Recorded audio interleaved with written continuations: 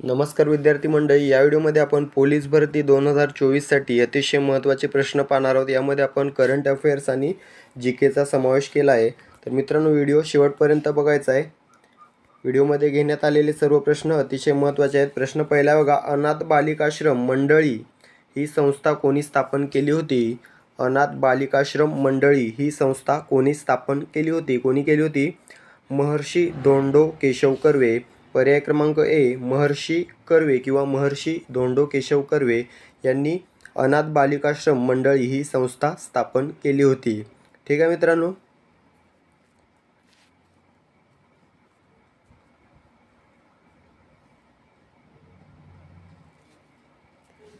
त्यानंतर प्रश्न आहे बघा, दक्षिण आफ्रिकेत सत्याग्रह करणारे भारतीय नेते कोण? दक्षिण आफ्रिकेत सत्याग्रह करणारे भारतीय नेते कोण? कोण आहेत मित्रांनो?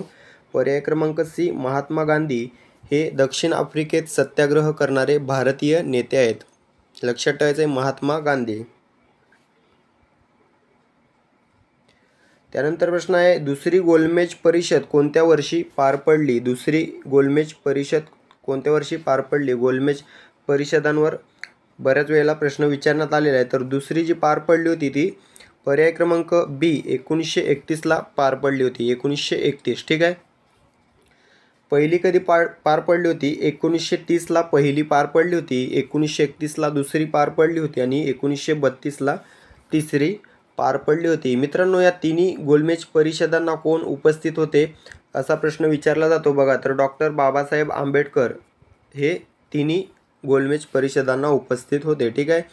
तिन्ही गोलमेज परिषदा या इंग्लंडमध्ये लंडन या ठिकाणी झालेल्या आहेत। ठीक आहे।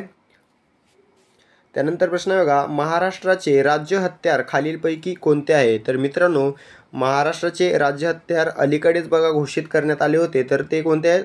पर्याय क्रमांक डी दांडपट्टा हे महाराष्ट्राचे राज्य हत्यार म्हणून अधिकृतपणे जाहीर करण्यात आलेले आहे। ठीक आहे। दांडपट्टा लक्षात ठेवायचा आहे। त्यानंतर बघा मित्रांनो, महाराष्ट्राचे बघा जे काही आणखी राज्य प्रतीक आहेत ते आपण पाहून घेऊया। या ठिकाणी बघा, अलीकडेच बघा राज्य मासा जाहीर करण्यात आलेला आहे। कोणाला? सिल्वर पापलेट। राज्य मासा म्हणून सिल्वर पापलेट जाहीर करण्यात आला होता। ठीक आहे। त्यानंतर बघा, राज्यगीत अलीकडेच गेल्या वर्षी जाहीर करण्यात आलेलं आहे। राज्यगीत गरजा महाराष्ट्र माझा किंवा जय जय महाराष्ट्र माझा याच्या लेखकावर प्रश्न विचारण्यात आलेला आहे। राजा बडे नाव लक्षात ठेवायचे आहे। राजा बडे यांचं गरजा महाराष्ट्र माझा किंवा जय जय महाराष्ट्र माझा हे आपल्या महाराष्ट्राचं राज्यगीत आहे। त्यानंतर राज्यफूल जर विचारलं तर मोठा बोंडारा किंवा ताम्हण हे राज्यफूल आहे महाराष्ट्राचं। आणि राज्य प्राणी आहे शेकरूखार। शेकरूखार जे भीमाशंकर अभयारण्यामध्ये आढळून येते पुण्यामधील। ठीक आहे। आपलं मूळ उत्तर आहे बघा, दांडपट्टा अलीकडे जाहीर झालेलं महाराष्ट्राचं राज्य हत्यार। त्यानंतर प्रश्न आहे बघा, BSFच्या पहिल्या महिला स्नायपर खालीलपैकी कोण बनल्या आहेत? BSFच्या पहिल्या महिला स्नायपर खालीलपैकी कोण बनलेल्या आहेत? बघा, सुमन कुमारी या ठिकाणी योग्य उत्तर असणार आहे। सुमन कुमारी या BSFच्या पहिल्या महिला स्नायपर बनलेल्या आहेत। सुमन कुमारी नाव लक्षात ठेवायचं आहे। मित्रांनो, जर विचारलं पुणे मेट्रो चालवणाऱ्या पहिल्या महिला कोण? तर बघा, अपूर्वा अलाटकर हे उत्तर द्यायचं आहे। अपूर्वा अलाटकर या पुणे मेट्रो चालवणाऱ्या पहिल्या महिला बनलेल्या आहेत। ठीक आहे। विचारलं वंदे भारत चालवणाऱ्या पहिल्या महिला कोण? सुरेखा यादव उत्तर द्यायचं आहे। सुरेखा यादव या पहिल्या वंदे भारत ट्रेन चालवणाऱ्या महिला बनलेल्या आहेत। ठीक आहे। प्रतीक्षा बागडे काय? तर मित्रांनो, पहिली महिला महाराष्ट्र केसरी, पहिली महिला महाराष्ट्र केसरी प्रतीक्षा बागडे ही बनलेली आहे। ठीक आहे। आपलं मूळ उत्तर आहे बघा, BSFच्या पहिल्या महिला स्नायपर सुमन कुमारी। त्यानंतर प्रश्न आहे बघा, मुख्यमंत्री युवा उद्यमी विकास अभियान यालाच MYUVA असं म्हटलं जातं। तर असं पण विचारलं जाईल, MYUVA योजना कोणत्या राज्याने सुरू केली आहे? तर बघा, ही जी योजना आहे ती उत्तर प्रदेश राज्याने सुरू केली आहे। उत्तर प्रदेश पर्याय क्रमांक डी उत्तर प्रदेश या राज्याने सुरू केली आहे। उत्तर प्रदेशचे मुख्यमंत्री कोण आहेत? योगी आदित्यनाथ। राज्यपाल कोण आहेत? आनंदीबेन पटेल। आणि राजधानी कोणती आहे? लखनौ। ठीक आहे। त्यानंतर प्रश्न आहे बघा, महाराष्ट्राचे अति दक्षिणेकडील टोक कोणते? महाराष्ट्राचे अतिदक्षिणेकडील टोक कोणते? कोणते मित्रांनो, बऱ्याच वेळेला हा प्रश्न विचारण्यात आलेला आहे परीक्षेमध्ये. तेरेखोल या ठिकाणी योग्य उत्तर असणार आहे. तेरेखोलची खाडी हे महाराष्ट्रातील अति दक्षिणेकडील टोक आहे. मित्रांनो, महाराष्ट्र आणि गोवा या दोन राज्यांमध्ये कोणती खाडी आहे असा देखील प्रश्न विचारला जातो. तर तेरेखोलची खाडी आहे महाराष्ट्र गोवा या दोन राज्यांमध्ये. ठीक आहे, या दोन राज्यांना कोणती खाडी विभागते? तेरेखोलची खाडी. त्यानंतर प्रश्न बघा, हंगेरी या देशाचे नवीन राष्ट्राध्यक्ष कोण बनलेले आहेत? तर मित्रांनो, अलीकडेच हंगेरी या देशाने नवीन राष्ट्राध्यक्ष निवडलेले आहेत. कोण आहेत ते बघा, तामस सुल्योक. पर्याय क्रमांक डी, तामस सुल्योक हे हंगेरी या देशाचे नवीन राष्ट्राध्यक्ष बनलेले आहेत. ठीक आहे मित्रांनो, आता बघा श्वेता थविसिन हे कोण आहेत? तर बघा थायलंडचे अध्यक्ष आहेत. थायलंडचे अध्यक्ष कोण आहेत? Srettha Thavisin, prime minister. Mohamed Muizzu हे बघा मालदीवचे राष्ट्राध्यक्ष आहेत, मोहम्मद मोइझू. ठीक आहे, गॅब्रिएल अटल हे बघा फ्रान्सचे पंतप्रधान आहेत, जे सर्वात तरुण, आतापर्यंतचे सर्वात तरुण पंतप्रधान फ्रान्सचे आणि समलिंगी, पहिले समलिंगी आणि सर्वात तरुण पंतप्रधान फ्रान्सचे कोण आहेत? गॅब्रिएल अटल. ठीक आहे, आपलं मूळ उत्तर आहे तामस सुल्योक, हंगेरी या देशाचे नवीन राष्ट्राध्यक्ष. त्यानंतर प्रश्न बघा, सत्यार्थ प्रकाश हा ग्रंथ कोणी लिहिला आहे? सत्यार्थ प्रकाश हा ग्रंथ कोणी लिहिलेला आहे? कोणी लिहिला आहे? स्वामी दयानंद सरस्वती. पर्याय क्रमांक सी, स्वामी दयानंद सरस्वती यांनी हा ग्रंथ लिहिलेला आहे. मित्रांनो, यांनीच आर्य समाजाची स्थापना केली होती बघा 1875ला मुंबईमध्ये. आर्य समाजाची स्थापना स्वामी दयानंद सरस्वती यांनी केली आणि याच आर्य समाजाच्या प्रचारासाठी सत्यार्थ प्रकाश हा ग्रंथ त्यांनी लिहिलेला आहे. ठीक आहे मित्रांनो, महात्मा फुलेंचे बघा 3 पुस्तक नेहमी विचारले जातात, ते लक्षात ठेवायचे आहेत. शेतकऱ्यांचा असूड, गुलामगिरी आणि ब्राह्मणांचे कसब हे 3 ग्रंथ लक्षात ठेवा, महात्मा फुले यांचे विचारले जातात. त्यानंतर प्रश्न आहे, नाटोचा 32वा सदस्य देश कोणता देश बनलेला आहे? 32वा सदस्य कोणता देश बनलेला आहे नाटोचा? तर बघा अलीकडेच स्वीडन हा नाटोचा 32वा सदस्य बनलेला आहे, 32वा. आता प्रश्न असा विचारला की नाटोमध्ये सध्या किती सदस्य आहेत? तर 32 आहेत एकूण. आता सध्या 32 देश आहेत जे नाटोचे सदस्य आहेत. ठीक आहे, नाटोचा फुल फॉर्म काय बघा, North Atlantic Treaty Organization. North Atlantic Treaty Organization नाटोचा फुल फॉर्म आहे. मित्रांनो, 32वा देश स्वीडन झालेला आहे. ठीक आहे, 31वा विचारलं तर बघा फिनलंड हा जो देश आहे, फिनलंड हा जो देश आहे तो 31वा देश बनलेला आहे नाटोचा सदस्य. ठीक आहे, 32वा स्वीडन.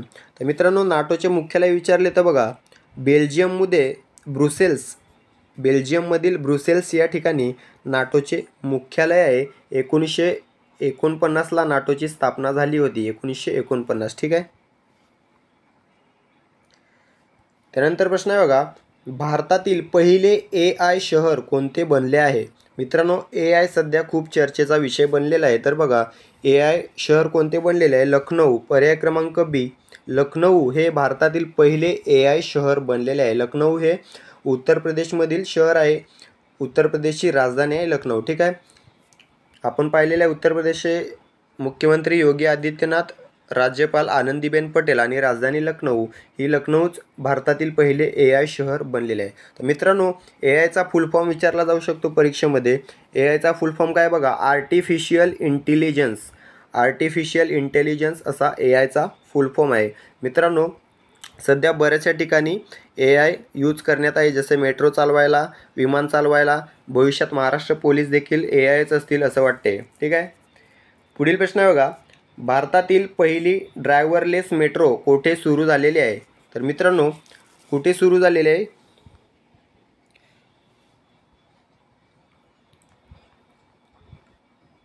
भारतातील पहिली ड्रायव्हरलेस मेट्रो किंवा पायलट लेस मेट्रो कुठे सुरू झालेली आहे बघा, बंगळुरू. पर्याय क्रमांक सी, बंगळुरू या ठिकाणी सुरू झालेली आहे, बंगळुरू. ही पण मित्रांनो जी ड्रायव्हरलेस मेट्रो आहे ती बघा AI द्वारे चालवली जाणार आहे. ठीक आहे, तर मित्रांनो बंगळुरू लक्षात ठेवा. Driverless metro. जर विचारलं अंडर वॉटर मेट्रो तर कोलकाता, वॉटर मेट्रो कोचीन. ठीक आहे, त्यानंतर प्रश्न आहे, सापने किंवा SAFने भारतीय उपखंडासाठी नवीन अध्यक्ष आणि MD म्हणून कोणाची नियुक्ती केलेली आहे? कोणाची केलेली आहे बघा,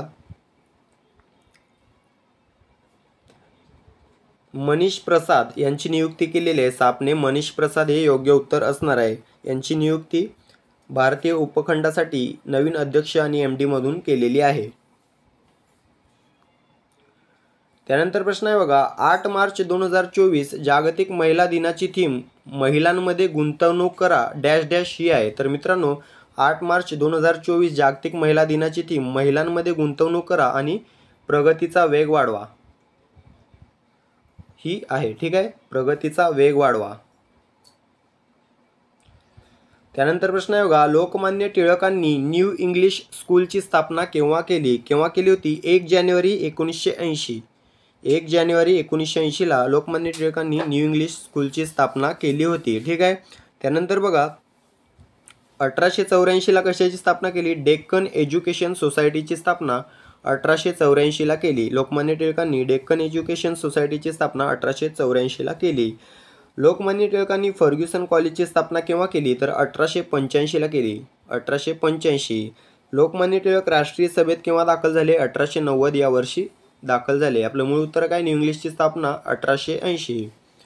त्यानंतर प्रश्न आहे, चंपारण्य सत्याग्रह कोणत्या वर्षी पार पडला? तर मित्रांनो कोणत्या वर्षी पार पडलेला आहे? चंपारण्य सत्याग्रह हा 1917, पर्याय क्रमांक C 1917 या वर्षी पार पडलेला आहे. मित्रांनो चंपारण्य सत्याग्रह हा गांधीजी साऊथ आफ्रिकेवरून परत